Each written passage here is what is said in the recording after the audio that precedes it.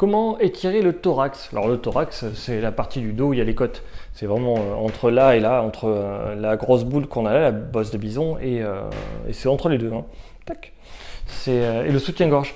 Donc voilà, comment on étire cette partie de la colonne vertébrale qui peut causer plein de douleurs. Quand on a mal, hein, ça peut envoyer des douleurs comme ça, des espèces de traits sur les côtes.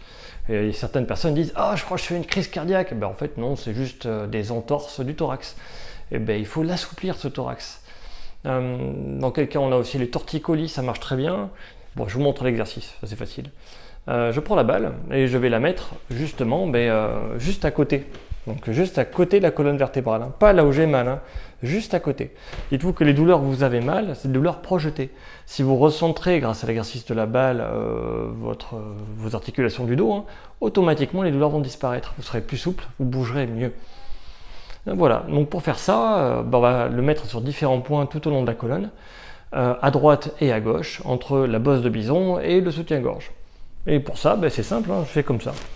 Hop, je m'allonge, je mets ça par terre, voilà. J'ai trop haut. Ah, nickel. Et là, je me déplace avec mon corps, puis je cherche un endroit où j'ai mal.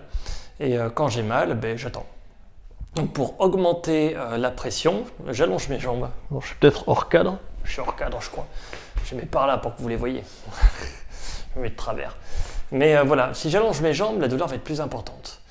Et l'étape d'après, pour augmenter encore la pression, ça va être de plier les genoux et de soulever les fesses d'à peu près 2 cm.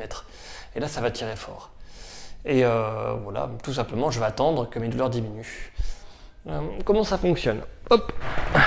Donc comme toute forme d'étirement, il va falloir à peu près entre 30 et 45 secondes pour que la douleur diminue. Une fois que le point fait plus mal, je me déplace avec mon petit dos pour rester à côté de la colonne un peu plus bas et je cherche d'autres points qui sont douloureux et j'attends et je maintiens. Donc pour reformuler, les progressions, ça va être je suis allongé, les genoux pliés, j'allonge les jambes, ça tire plus fort. Le stade d'après, pour tirer encore plus fort, je plie les jambes et je soulève les fesses de 2 cm, là ça va tirer très très fort. Et si je veux encore progresser, je prends des balles de plus en plus dures. Voilà. Donc ça, moi c'est des balles Décathlon. Je ne sais pas si j'ai le droit de faire de la pub. Bon, tant pis. Hein. Il y a différentes pressions de balles. Voilà. Moi j'en ai plusieurs au cabinet, j'en ai des toutes molles, des toutes dures. Il y en a même, c'est des balles pilates, machin, très très dures. J'en ai en liège. Voilà. Dites-vous que prenez une balle quand même type balle de tennis. Si vous prenez des balles de golf, c'est beaucoup trop petit. Et après, il existe des balles plus grandes. Moi, j'utilise les balles de baseball, par exemple. Mais ça, c'est pour les gens qui sont grands, qui dépassent les 2 mètres. Nous, on a quelques basketteurs ici, quelques patients qui sont grands. Donc, on les soigne avec ça. Mais la plupart des gens, une balle de tennis, c'est très bien. Hein. Voilà.